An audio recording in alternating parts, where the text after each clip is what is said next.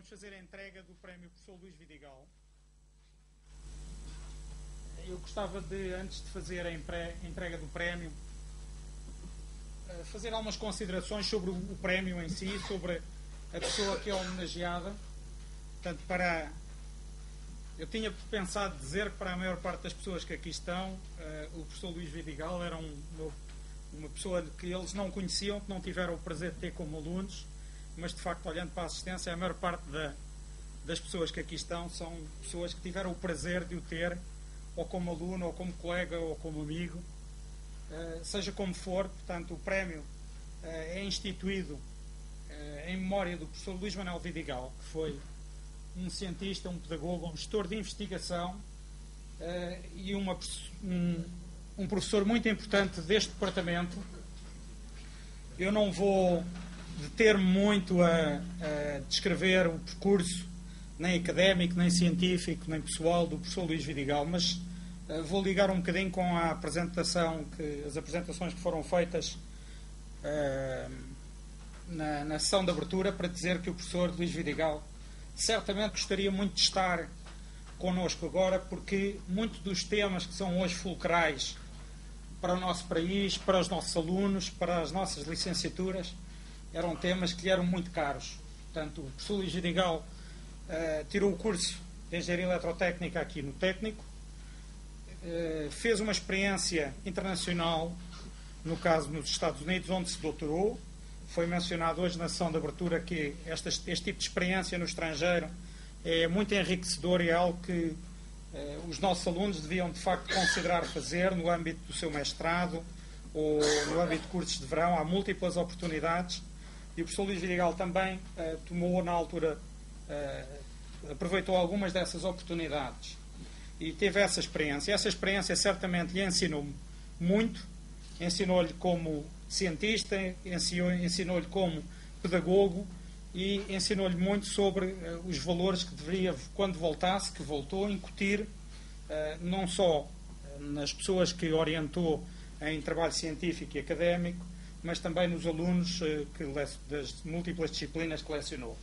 Foi uma pessoa extremamente interventiva ao nível do departamento e ao nível do técnico, participou em múltiplas reestruturações curriculares e procurou sempre alinhar os interesses dos alunos com os interesses científicos e com os interesses académicos.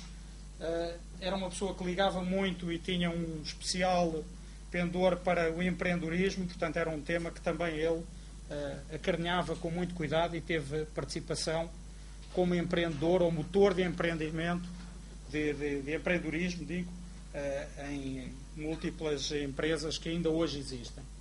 O prémio Professor Luís Vidigal foi criado em 2000, foi instituído pela área científica de eletrónica do nosso departamento, porque era a área em que o professor Luís Vidigal exercia a sua atividade, e foi desde o início apoiado pelo departamento, pelo Instituto de Engenharia de Sistemas e Computadores, o INESC, e também pelo Departamento de Engenharia Informática do IST.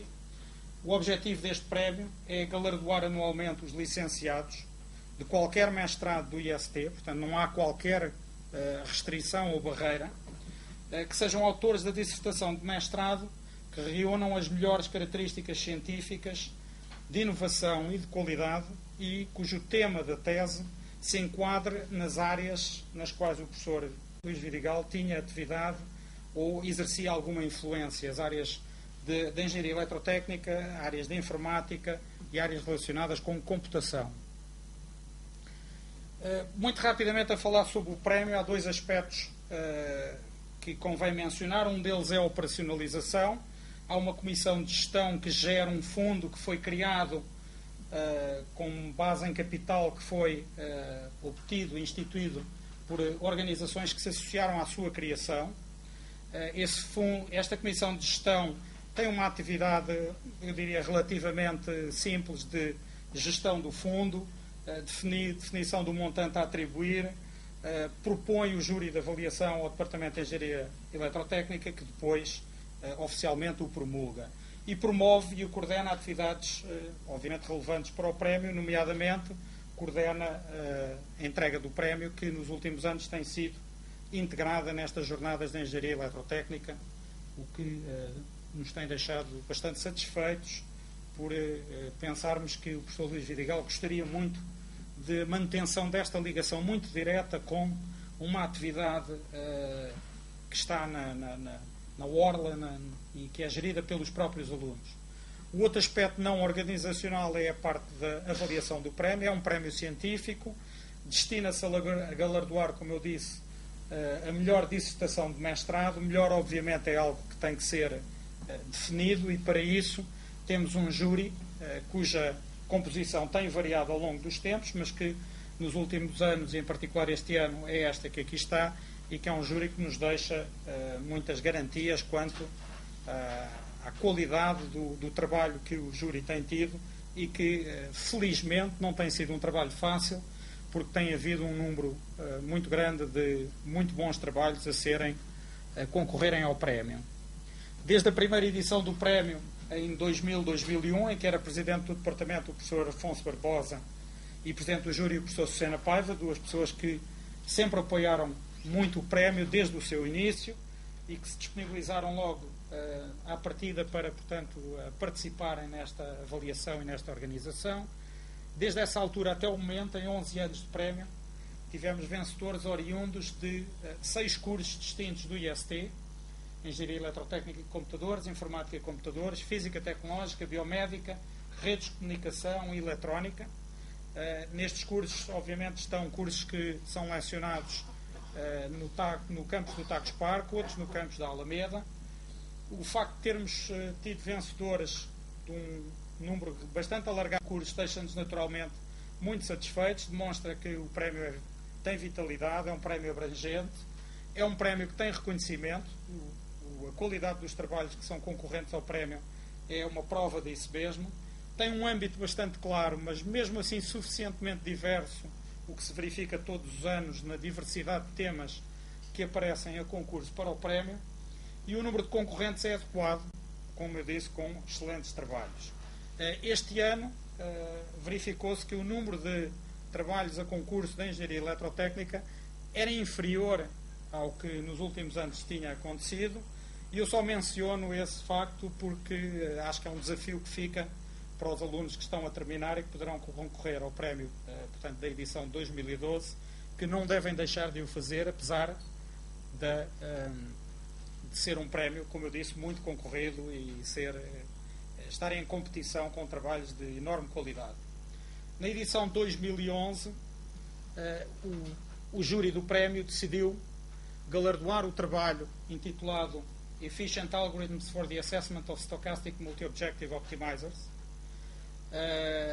A autora deste trabalho é a mestra Andreia Próspero Guerreiro, mestra em Engenharia Informática e de Computadores, e os seus orientadores científicos são o professor Carlos Mira da Fonseca, do Departamento de Engenharia Informática da Universidade de Coimbra, e o professor Vasco Manquinho, do Departamento de Engenharia Informática do IST. Portanto, tivemos mais uma vez, tal como tinha acontecido no ano passado, um vencedor que veio da Engenharia Informática, e tivemos este ano, pela primeira vez, o que também nos alegra, o facto de ter um trabalho em que um dos orientadores é de fora do técnico, em colaboração com o técnico, e conseguiram, em conjunto com naturalmente a autora do trabalho, um trabalho de extraordinária qualidade. Portanto, eu passaria agora de imediato à entrega do prémio. Pedi ao professor Pedro Girão, Presidente do Departamento de Engenharia Eletrotécnica, e pedi à Andreia para vir receber, aqui com o professor Medeiros Silva, que foi Presidente do Júri de Avaliação.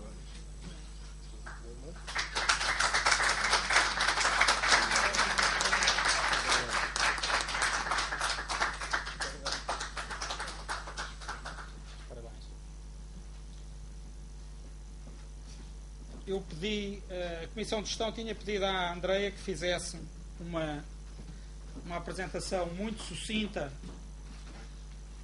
do seu trabalho, pelo menos para se ficar a perceber quais eram os temas que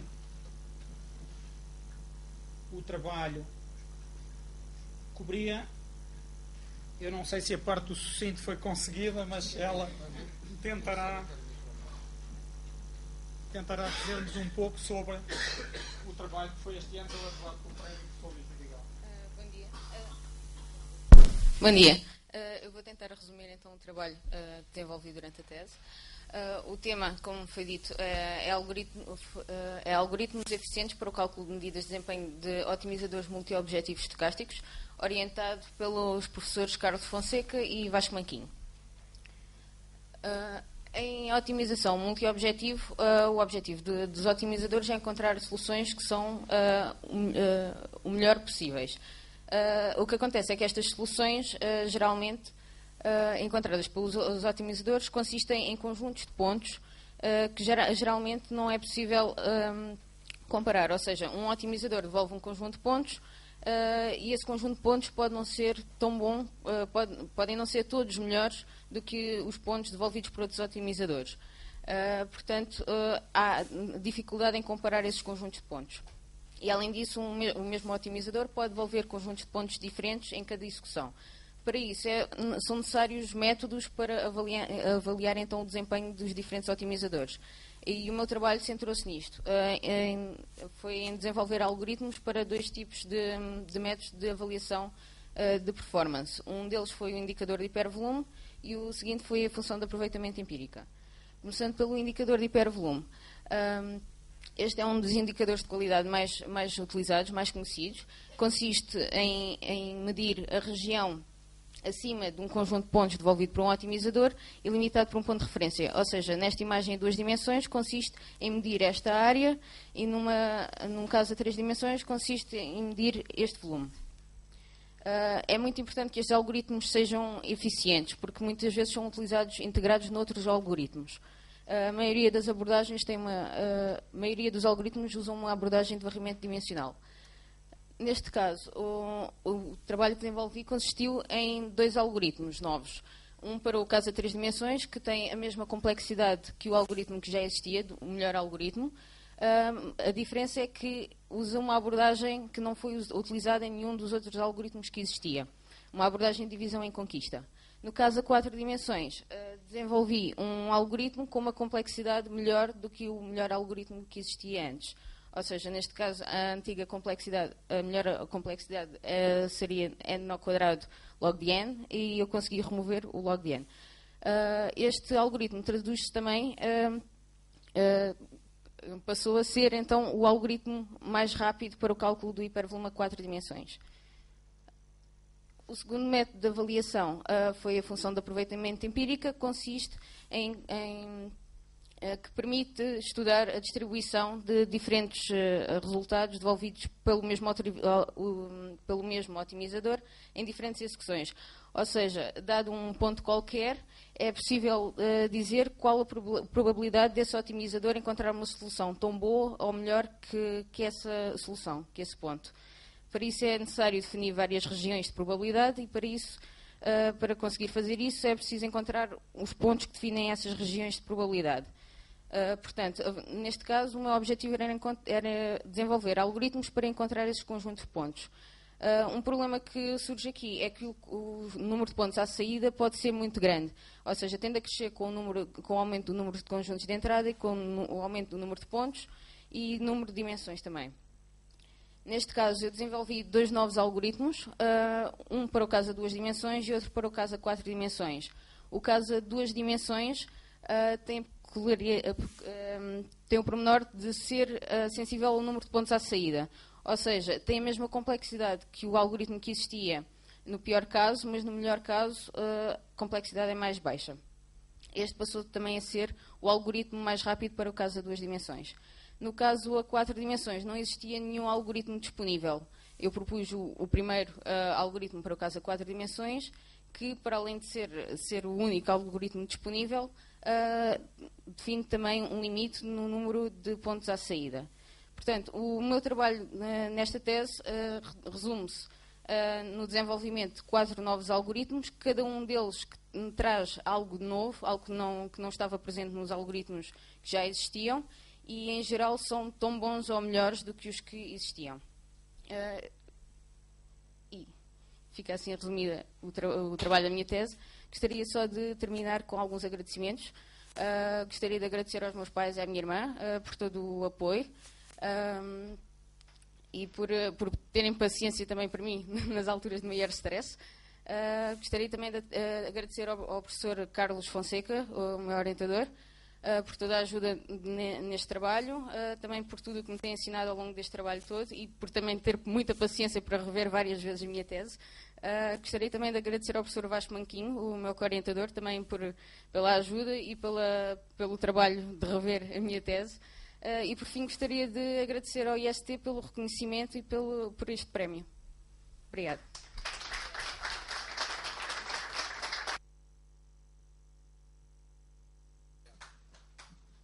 Muito obrigado. De facto, penso que a Andreia conseguiu ser concisa, como tinha sido pedido, e naturalmente a apresentação que aqui foi feita não faz jus ao excepcional trabalho que ela fez, portanto eu aconselho irem olhar e ver com mais cuidado, com mais detalhe a tese dela, que estará disponível na página do prémio. Muito obrigado. A Comissão de Gestão agora pede ao professor José Tribolé.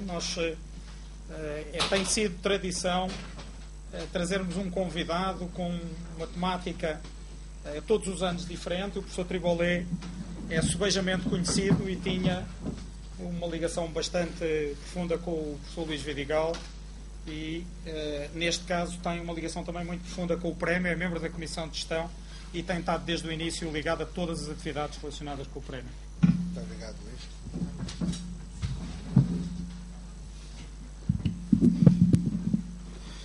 Ora, deixa-me buscar aqui o meu fone de som.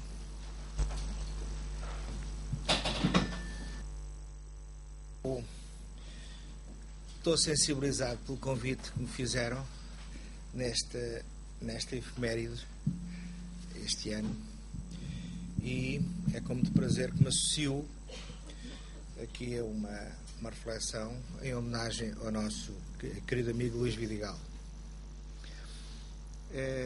Eu ia abordar duas coisas, uma tem a ver com o Luís Vidigal, outra que é a homenagem ao Luís Vidigal.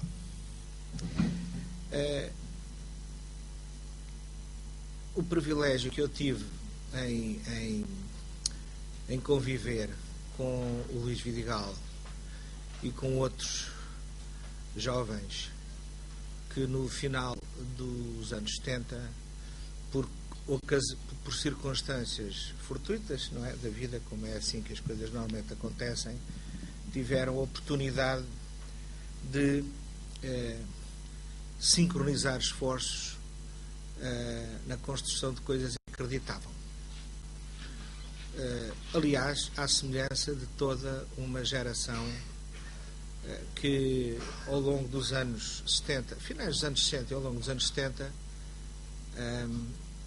por razões que os que estão aqui certamente conhecem e os mais novos podem imaginar quando se fala daquelas coisas históricas do regime antes de 25 de Abril, depois do 25 de Abril e aquelas situações que o país viveu, a verdade é que houve uma geração de pessoas que tiveram a oportunidade, também apoiadas por alguns grandes professores do técnico, de ir estudar para fora, aproveitar essa oportunidade para se valorizar e voltaram para Portugal para fazer a sua vida, a sua carreira e construir o país. O técnico é uma escola paradigmática nesse sentido, em todas as áreas, em todos os departamentos, e agora focando um universo estrito àquilo associado à minha história e a estes meus colegas, na verdade eu diria que as coisas começaram quando numa conferência em Nova Iorque em 1978 eu fui a uma conferência em Nova Iorque e naturalmente fui ver que nomes portugueses estavam por ali. Eu estava nessa altura nos laboratórios Bell como investigador e vi lá dois nomes portugueses que diziam que estavam associados ao técnico e fui falar com eles. E um deles era o Lourenço Fernandes, que eu não me lembrava dele, era mais novo um ano do técnico, que é uma distância imensa na escala académica da altura, e o outro era o Luís Vidigal, que era mais velho que eu, tinha uma ligeira lembrança dele, que era mais velho, mas nunca tinha privado com eles. O Lourenço Fernandes tinha acabado de regressar de Inglaterra para o técnico, e o Luís estava no processo de ir para os Estados Unidos. E na altura convidei-os, foram à minha casa em New Jersey, fomos para o Laboratório Bell, tivemos ali uns 2 dias a conversar, e quero-vos dizer que, efetivamente, se há algum ponto na história onde nós podemos situar o arranque de todo o movimento que depois se deu, foi aí. Foi um encontro de pessoas que partilharam um conjunto de perplexidades, um conjunto de sonhos. Um já tinha regressado, o João, eu ainda não tinha regressado, e o Luís estava de saída, e todos em estados de alma muito diferentes. Aliás, eles perguntaram: mas tu és parvo, vais voltar para Portugal porquê? Não é? Bom, e foi uma conversa que tivemos e que eu francamente esqueci. E quando depois regressei a Portugal, um dia o Lourenço Fernandes entrou para o meu gabinete e disse: então vamos a isso. Eu já nem sabia bem o que é que ele estava a referir, e estava-se a referir à nossa conversa. Pronto. E isso começou. O Luís estava nos Estados Unidos, mas mal apareceu, e sempre que veio cá nós conversámos. E, portanto, embora historicamente, se formos ver factualmente, possamos dizer que a origem, por exemplo, da iniciativa Inesc nasceu efetivamente de mim, de Lourenço Fernandes e do Fonseca de Moura, que até pelas posições que tinha desempenhado no técnico e pelo papel relevantíssimo no Departamento de Engenharia Eletrotécnica, ele foi um dos elementos construtores desta iniciativa. Efetivamente, o Luís integrou-se no Inesc quando regressou, uns tempos depois. Mas, na minha mente, ele está na base de toda esta iniciativa. E regressou e integrou-se naturalmente. E este é um ponto que eu queria dizer. Estas coisas não estão escritas, mas é um facto. Uma coisa interessante é que, pela natural divisão de competências, de conhecimentos, o Luís e o Lourenço Fernandes estavam nas aulas de eletrónica, não é? Eu estava na área dos sistemas e sinais, e como o Fonseca de Moura, e portanto, digamos, cada um foi dando gás à sua vontade de fazer coisas. E algo que é inesquecível, é um património importante na minha memória, é que o clima ativo de colaboração, que depois, mais tarde, logo a seguir, veio-se integrar o José Alves Marques, que vinha de França, que era um gajo esquisito, doutorado em França, é sempre uma coisa, mas ele depois fez o doutoramento outra vez cá na Nova, porque não era reconhecido, e depois trouxemos para o técnico, não é? O que é importante aqui relevar é o seguinte: é um conjunto de tipos novos, cada um com os seus domínios, e que desde o princípio tiveram um clima de conspiração ativa e de construção por fazer coisas que achavam que deviam fazer. E eu queria dizer isto: mais do que o sentimento de que tínhamos direitos, nós tínhamos um sentimento de que tínhamos obrigações. Isto é importante, porque nós somos todos uns privilegiados, Nós somos os tipos com a melhor educação, com níveis de vida razoáveis, com tremendas responsabilidades. E eu acho que isto é um património que nós vivemos e que temos que transmitir aos mais novos, aos mais novos que vivem aqui no nosso ambiente.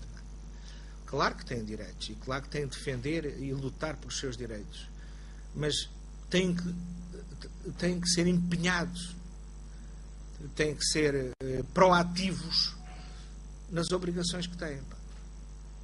E quais são estas obrigações? E vamos ao Luís Vidigal. Em primeiro lugar, uma obrigação como professor. Uma obrigação de saber entusiasmar os seus estudantes, de saber transmitir os conhecimentos que têm, não apenas do ponto de vista intelectual, de conhecer algo, mas do saber fazer, do saber aplicar, do transformar aquela capacidade em valor acrescentado para a sociedade. A revolução que o Luís se propôs fazer no ensino de eletrónica foi notável. Eu lembro-me as N conversas e o entusiasmo com que ele me estava a descrever, a forma como ele se propunha a ensinar eletrónica com jovens colaboradores deles, os professores eméritos desta casa, foi apaixonante. E eu lembro-me das reações dos alunos que estavam a ficar encantados com a eletrónica. E para mim, que como aluno odiei eletrónica no técnico e só comecei a perceber e a gostar de eletrónica no MIT, precisamente porque tive que ir para o laboratório logo, e antes de aprender uma tonelada de equações tive que fazer um conjunto de coisas, e aí comecei a perceber coisas que nunca tinha percebido, e a motivar-me. O Luís tinha isso inato, e eu acho que o Luís, primeiro que tudo, como profissional, foi um grande professor. O Luís, além disso, como investigador, eu aí não posso dizer muito porque, como investigador, em termos científicos, não tenho capacidade para fazer julgamentos na área dele, mas o seu currículo fala por si, isso já foi referido, mas mais do que tudo, lançou imenso, reproduziu-se. Isto é uma noção associada a um docente, a um professor, a um investigador. Reproduziu-se muito e lançou N domínios de atividade com enorme repercussão. Como organizador, como dirigente institucional, também foi montando as suas equipas, as equipas, os setores, fez empreendedorismo lançando várias empresas, numa luta situada, num tempo onde se procurou conseguir que Portugal não perdesse, antes pelo contrário, ganhasse capacidade industrial na área dos sistemas eletrónicos. Obviamente, o mundo é o que é, varia como varia, mas a verdade é que muito se fez e muita da capacidade atual existente no país, muito dos resultados que temos na nossa atividade eletrónica tem origem em iniciativas e em pessoas que saíram deste esforço e de outros, noutras universidades, obviamente. Mas isto é uma componente fundamental. E, finalmente, temos uma dimensão muito importante, que é a dimensão relacional. O Luís era uma excelente pessoa, era um bom amigo e teimoso, nem burro. Teimoso, muito teimoso. Eu quero dizer que se alguma coisa me magoa na vida e que eu não esqueci a lição, e hoje sou muito abruto nisto, é que em relação aos problemas de saúde do Luís, eu disse-lhe várias vezes para ele fazer um conjunto de coisas e o tipo burro, lima mula, recusou-se a fazer. Eu hoje quero dizer com meus amigos e colegas, eu neste momento sou muito mais bruto nessa matéria, exatamente pelo que eu aprendi com o Luís. Há coisas que são óbvias para os amigos e não são óbvias para as pessoas. Eu fechava isto dizendo o seguinte: há algo muito importante que nós temos que saber transmitir às novas gerações e que, no meio da maturidade, da profundidade, na dinâmica que a nossa escola técnico ganhou, isso às vezes é perdido em termos da nossa capacidade de orquestrar uma mensagem coerente para os jovens e levá-los a uma prática nessa matéria. E isso é que o país é nosso e somos nós que temos capacidade de mudar. E isso faz-se fazendo. E isso, não há nada que substitua a coordenação, o trabalho em equipa e a discussão de objetivos comuns. Isto parece discurso político, mas como todos sabem, isto, no que estamos aqui a falar, é prática, não é discurso político. É muito mais fácil dividirmos todos.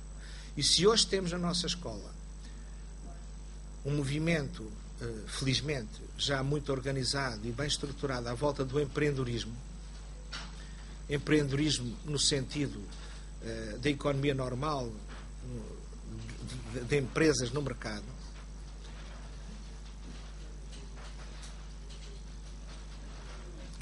estão a chegar os alvos principais da mensagem. Vamos esperar que eles entrem.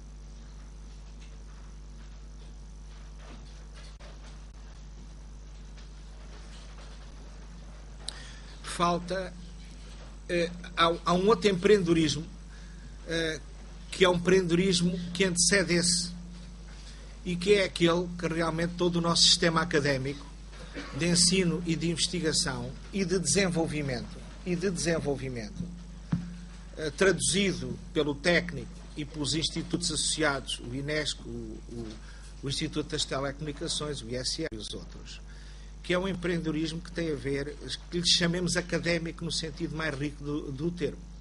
É um empreendedorismo em que o produto que nós estamos a fazer, é lançado no mercado, são exatamente estes jovens que entraram aqui. É um produto que nós pomos na sociedade e que nós temos uns anos para configurar, para programar, para transformar entre o ponto de entrada e o produto à saída, e que nós temos que pôr na sociedade. E esse empreendedorismo académico tem que ser continuamente refrescado. Temos que gerar novas lideranças e temos que fazer isso de uma maneira invariante às vicissitudes normais de um país, felizmente uma democracia, num país com Estados e crises e não crises, e políticos e não políticos. Nós temos que criar configurações que sejam invariantes a estas tempestades normais em qualquer sociedade humana, e que não nos devem desanimar, porque isso, o contrário é que era estranho. O que eu quero dizer com isto é que nós temos que retomar a vida académica nas suas dimensões de ensino e investigação, focada nos seus objetivos. E os nossos objetivos são só uns: produzir capital humano, isto é, conhecimento com pernas, são estes putos aqui, que saem garbosos cidadãos e profissional para o mundo, e conhecimento intelectual, capital intelectual, sob a forma de patentes, de conhecimentos, de técnicas que nós pomos na economia. São esses os nossos produtos desta fábrica que o sistema universitário é. São produtos de alto valor acrescentado. E as organizações que nós adotarmos para fazer isto, as formas institucionais, são aquelas que têm que ser simplesmente as mais adequadas para fazer isto, ao longo do tempo e nas circunstâncias. Isto é muito oportuno no momento onde estamos a discutir fusão, não fusão, institutos, não institutos, leis disto e daquilo. E quero dizer que é assim: o técnico é rico e é feliz. O técnico tem um ecossistema institucional que tem a variedade necessária para se reconfigurar dinamicamente, para se ingrar neste mar tempestuoso, com determinação, apesar dos tempos.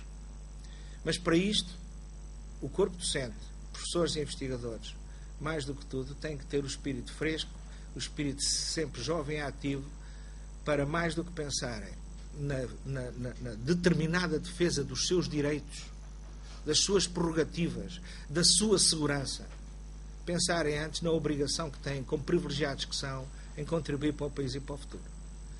E eu acho que o Luís Vidigal é de longe um exemplo paradigmático de como é que, numa dada época, se faz, e faz-se pondo o foco, a prioridade nas coisas que são realmente importantes. E o resto são variáveis onde nós servimos como presidente de departamento, como dirigente do INESC, como professor da disciplina, servimos nos lugares que temos, mas não perdemos isto de foco. Acabar com, ultrapassar a natural defesa e ecossistema de capelinhas e unirmos no essencial. E isso a geração mais velha tem a obrigação, primeiro, de praticar e depois de levar os mais novos a acreditarem que esse é o único caminho que vai levar a algum lado. Eu termino agora só na segunda parte dizendo o seguinte: eu pessoalmente, aliás, estou muito honrado porque o Departamento de Engenharia Eletrotécnica, o ano passado, acho eu, convidou-me para uma conversa aí ao fim da tarde para eu expor o que é que eu andava a fazer, que é interessante. O meu departamento nunca me convidou para fazer isso. E tive a oportunidade de explicar, e tive uma audiência interessada. E eu só vos queria dizer assim: eu tenho 62 anos, vocês mais novos, não fazem ideia o que é isso, mas é muito divertido, quando se tem saúde. E a gente já viu muita coisa na vida, pá, não é? Eu já estou a principiar a 5ª década da minha carreira profissional e estou divertidíssimo. Desde há 12 anos. Porque, com o mesmo espírito com que fui fazendo, como Luís, coisas, enfim, que deixaram marcas e que estão aí a andar, felizmente, com líderes próprios, com toda a autonomia, desde há 12 anos estou dedicado a uma nova área de engenharia. Eu digo isto quando aqui na escola a maior parte da malta, quando ouve isto, genuinamente acha duas coisas. Primeiro, que eu estou gaga. Outra, segundo, muito pior, que eu agora já só faço gestão. E a terceira é que isto é banha da cobra. E quer dizer que ando a fazer algo que é interessante e que se liga muito a todas as bases científicas da minha casa-mãe, que é a engenharia eletrotécnica, que é uma coisa que se chama engenharia empresarial, Enterprise Engineering. E o ênfase é, o objeto é uma empresa, uma organização, enquanto entidade do mundo. É uma coisa que existe, uma organização. O técnico existe. E a outra é a engenharia. Como sabem, é uma maneira profissional, com base científica, lidar com o mundo. Criar artefactos para o ser humano lidar com o mundo. E esta é uma área de engenharia extremamente interessante e prometedora e para a qual é passível de aplicar tudo o que nós aprendemos. Eu aprendi nas bases da engenharia eletrotécnica, nomeadamente teoria de sistemas dinâmicos, teoria de controle. E depois que no meio os artefactos, como obviamente comunicações, informática e essas coisas. Mas isto é interessante porque o que significa é que, como noutros domínios, como temos a engenharia do ambiente, como temos a engenharia biológica, a engenharia como metodologia, como ferramenta para nós lidarmos com o mundo e construirmos o mundo que a gente quer ter, está-se a revelar, naturalmente, aplicável aos domínios da atividade humana. Eu preciso de engenharia para construir uma ponte para atravessar um rio, preciso de engenharia para ter iluminação e aquecimento em casa, e preciso de engenharia para lidar com este habitat onde a gente passa pelo menos metade do dia, que é as organizações onde trabalhamos. E também a outra, que é a família, que também é outra organização. E isto, para mim, é interessante porque eu quero dizer, neste final da minha carreira, estar a descobrir uma área nova de engenharia onde eu posso aplicar tudo o que eu aprendi durante a vida. E porquê? Porque tive uma base de formação no técnico e depois no MIT fantástica, que sobretudo me capacita a quê? A saber entender a realidade e a pensar. Fechando, voltando ao Luís Vidigal, a equipa que nós fomos realmente foi uma equipa de engenharia empresarial aplicada ao país. Como é que nós artilhamos o país com capacidades para a gente sermos todos melhor. Atuando em quê? Atuando nas pescas, atuando nas florestas, atuando na microeletrónica, atuando nos domínios onde a gente vê a oportunidade de criar valor.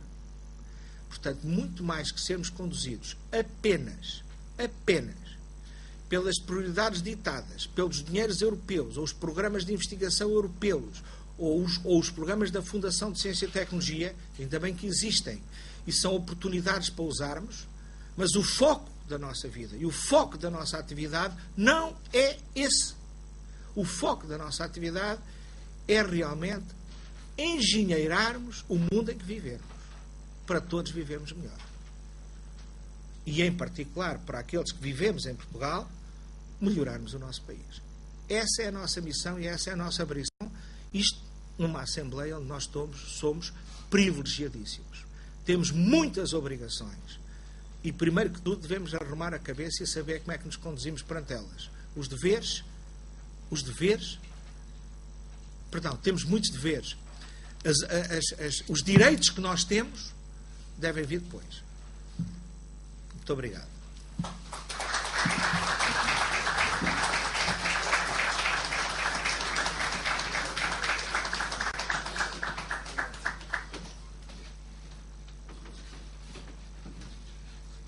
Tendo a responsabilidade da entrega do prémio Luís Vidigal, e antes de passar a palavra ao professor Susana Paiva, que é o orador seguinte nesta JEC, queria só deixar duas mensagens, uma delas para aqueles que estão a terminar o vosso trabalho final de curso, a vossa dissertação de mestrado, que no final se recordem que o prémio existe para realçar a qualidade do vosso trabalho. É um prémio acessível financeiramente, o que é sempre interessante, mas é um prémio que é um reconhecimento ao vosso trabalho. Para aqueles que estão a começar, eu recordo que o professor António Rodrigues disse anteriormente que vão estar disponível em breve as propostas de dissertação de mestrado. Também uso as palavras do professor Tribolé e digo que façam uso do ecossistema que existe, das instituições de investigação que estão associadas ao departamento, onde há propostas muito interessantes de trabalho, de índole muito variadas, várias delas em colaboração com empresas, e que podem ter um impacto muito interessante no futuro, não só no país, como também no vosso futuro. E este toque deve ser para eu terminar, portanto, eu passava a palavra ao professor Susana Paiva, que é o próximo orador desta JEC. Pela movimentação de entrada, há pouco muitos de vocês vieram agora ouvir.